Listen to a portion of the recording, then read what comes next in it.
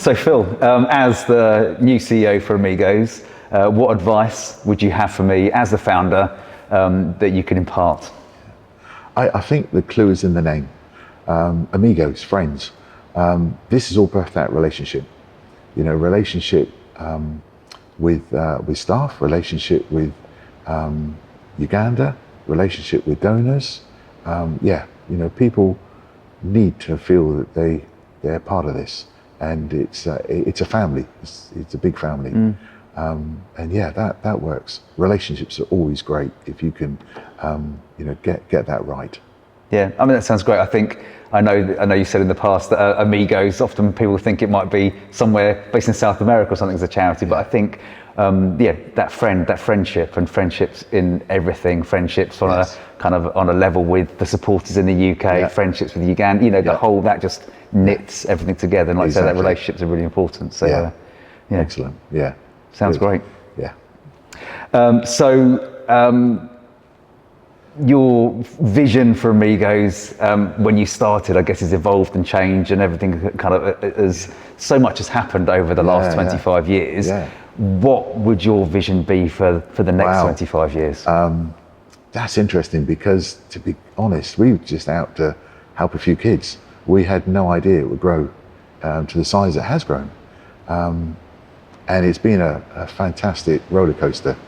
With ups and downs. It's not all good. There's been some tough times as well along the way.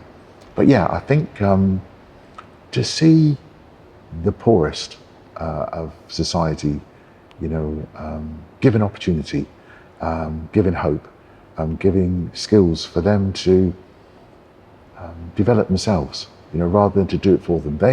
They're capable. People are capable of developing themselves if only they're given opportunities.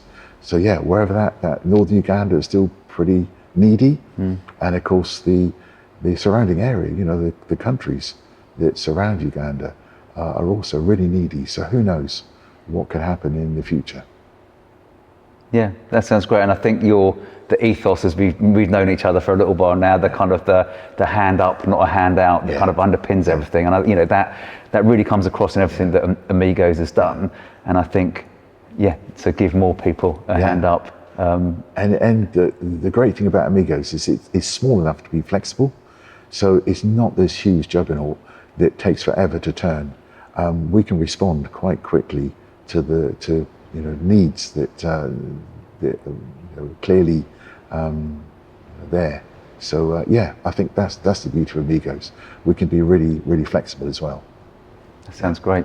Yeah. So what are some of the challenges you've had at working in Uganda, in Africa, the cultural differences, and what kind of might you be able to teach me about that? Well, I think every time I come back, and I've been to Uganda many times over the years, every time I come back thinking, wow, I've just learned something new. Culturally, it's so different. And I think that's really important to understand, that we are very different people, but our basic needs are the same. So I think just appreciating the cultural differences, and that lovely expression where it takes a spider to repair its own web. It takes Ugandans to repair, what's broken really, and to develop in the way they want to go, and not necessarily the way that we go or that we want them to go.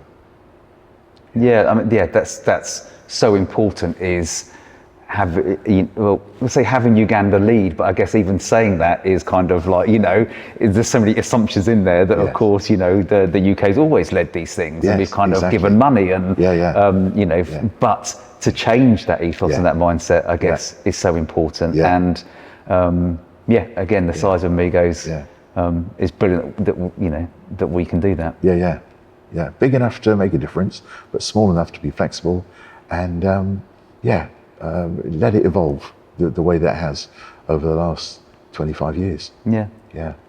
So, bit of a bigger question, but kind of what are the biggest challenges that you've had and that you can foresee in the coming years that I'll face as a CEO? Yeah, I think we touched on it by saying that it's the balance of power.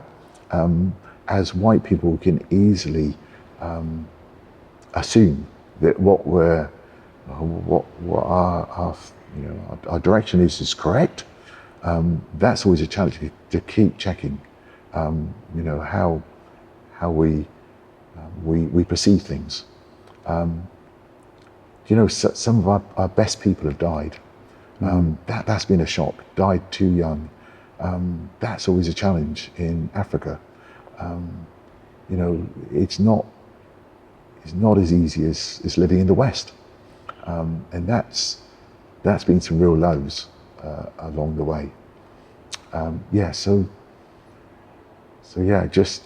Just hang in there, trust God, go with the flow. There'll be highs and lows along the way. Some people, do drop out, let's say, but there'll be other people. And really, the thing that's kept Amigos where it is having some fantastic people, both in the UK and Uganda. And that's, just getting those people in place, honestly, is just the best thing ever. Yeah. Yeah, I think, correct me if I'm wrong, but I think in the past I've read you've said it takes a community to raise a child, and obviously that's the community approach. And I guess very much the Amigos in itself is a community, and it takes, it's not about the CEO, it's about that community of people that come together for that. So, and learning just the differences. Everything seems the other way around. Everything that we, perhaps understand of our culture can be so different to an African culture and a Ugandan culture. And it's just appreciating that and working with that, because both work. It's just a different way, very often. Well, I'm sure I'll make plenty of mistakes and say the wrong thing many times along the way, but hopefully to the amusement rather than others rather than anything else. But it's great. Thank you.